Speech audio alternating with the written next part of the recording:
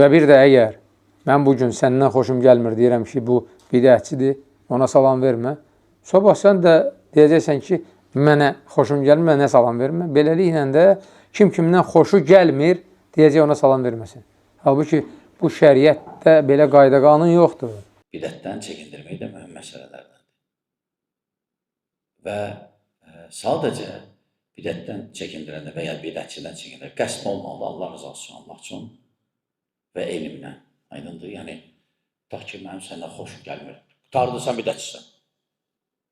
Necə bəzi səfihlər belə təqdim edir, sələflərin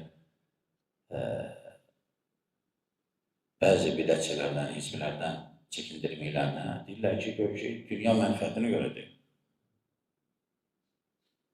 Və ya xoş gəlmir ona görə, və ya həsəd aparır ona görə, və ya görür ki, o artıq elmlidir ona görə. Bu nə cəfəngətdir danışır.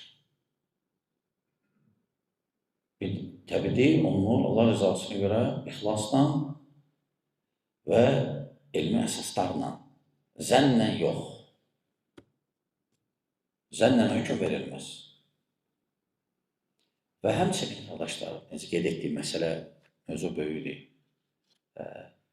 Bidətdən çəkindirmək, bidətçidən çəkindirmək faydaları var.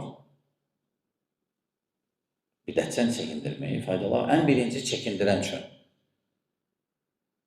Çəkindirən üçün. Çünki bidətdən çəkindirmək də cihadın bir növüdür. Bidətçidən çəkindirmək cihadın bir növüdür. Çünki sən bidətdən niçin çəkindirsən? Bidətçidən niçin çəkindirirsən? Ki, Allahın sözü üstün olsun həmişə. Peyğəmbərin sözü üstün olsun həmişə. Təhrif olunmasın, getməsin. Yaddan çıxmasın. Cihadda da əsas məqsəd budur. Allahın adı yüksək olsun deyə. Ona görə bidətçidən çəkindirmək cihadın növlərindən biridir dində.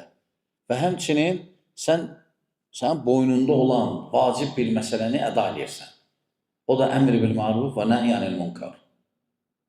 İnsanları yaxşılığa çəkib, çağırıb pislikdən çəkindirirsən. Bidətçidən çəkindirmək böyük fəzilətdir, faydaları böyükdür. Həm cihaddır, həm artıq sənin boynunda olan vacibi əda edirsən.